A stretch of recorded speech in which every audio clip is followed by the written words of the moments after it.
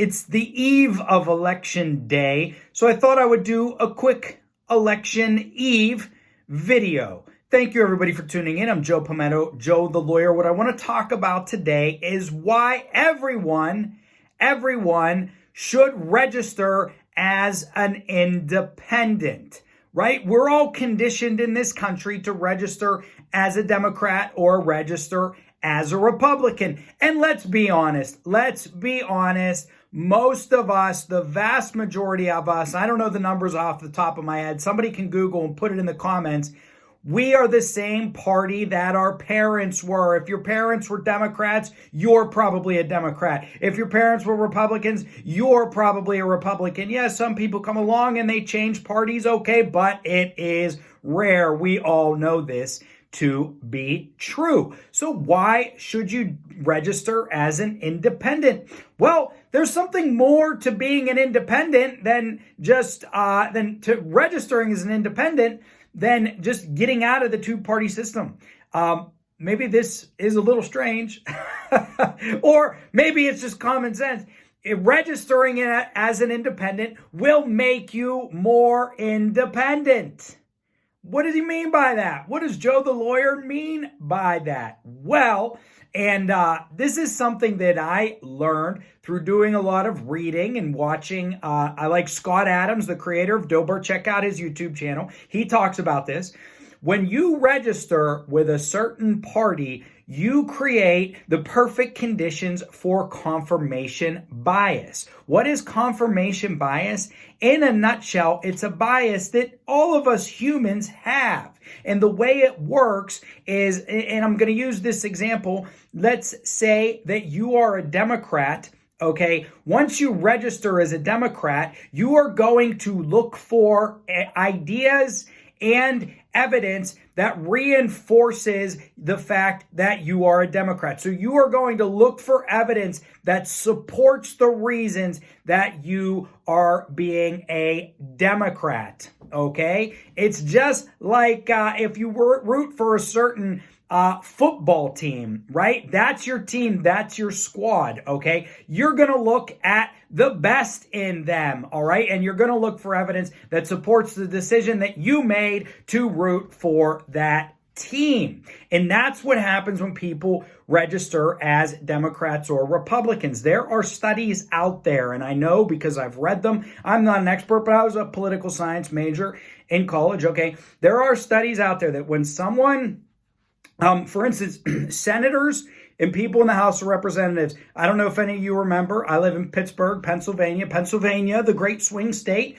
Okay, Arlen Specter was a long-time senator in the state of Pennsylvania for a very long time. Obama won the 2008 election. Specter switched parties to vote for Obamacare. What happens when politicians switch parties? Most of them, when they switch a party, they say, well, I'm still going to keep my same beliefs or the party left me. But over time, those people, and there are studies done on this, those people who switch parties, they start to vote more in line with the party line, with the party platform. So if you sign up as a Democrat, over time, you are going to look for signs that confirm the reasoning that you had for being a Democrat. If you're a Republican, you are going to look for signs that confirm the decision you made to be a Republican. You're going to see all the good things and none of the bad things. All right?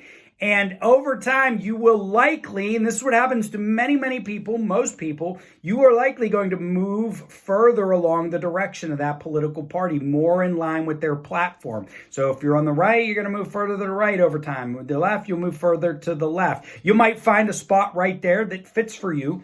Okay, but this is all backed up by statistics. I will post some articles below. So, what am I saying? I'm telling you that if you register as an independent, right here in the middle, you register as an independent, not on the right, not on the left, okay? You are more likely to be able to look at both parties and look at the decisions and the things that happen in politics, to observe events that happen in the world and not see them through a biased lens. Because if you're a Democrat, you are, for the most part, you're going to be viewing those things and not everything in your life, but political things that we know are blatantly political, you're going to be viewing it through a Democratic filter, a blue filter. And if you're a Republican and you see events happen in the world, you are going to view them through this Republican filter. Okay. And this is true. Confirmation bias is true, in much more than just politics. Okay. Google confirmation bias, read about it. It's wild. All right. Human beings look for ideas and events. We interpret things in a way that will reinforce our pre-existing beliefs. So if you line up with one team or the other, you are going to interpret the world in a way that reinforces the belief in that team that you originally signed up for. If you are an independent, or unregistered, but I think you should register as an independent, okay? And we should vote. If you are an independent, you are breaking yourself free of some of those chains. Now, you're not going to get rid of all of them, and it's probably impossible for any of us to get rid of all of them, especially when these things are sort of hoisted upon us in childhood. But registering as independent will allow you over time, because you're gonna have to brush off some of that bias that you had from being with one party for so long. Over time, you will start to view politics through a clearer lens, a more objective lens. Maybe it'll give you greater freedom to look at each issue and examine it, not through the blue lens or the red lens, but through a clearer lens. So that's my opinion.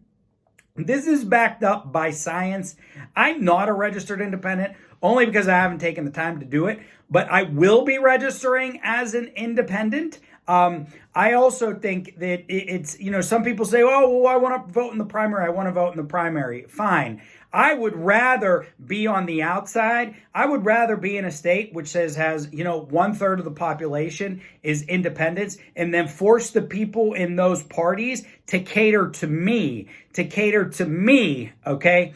Because that's something that they will have to take into account even in the primaries. I would say that, one good reason to be aligned with the party is perhaps to vote in the primary, but that's not enough for me. That's not a big enough, and I vote in every general election, okay? But that's not a big enough carrot for me to want to align myself with a set of ideas that will only over time make me become more and more ingrained in those ideas. I want to be able to think freely. If I have a position on an issue, I want to be able to say that I am taking that position, okay, because I've judged it on its merits, not because the party that I'm aligned with supports that position. And that, I think, is something that all of us should think about here on the eve of election night. No matter who you're going to vote for, what party you are, I do think it's a good idea to get out there and vote. Thank you very much for tuning in. I'm Joe Pometto, Joe the Lawyer. If you like my content, like, subscribe, comment, and share. More coming your way. Thank you very much.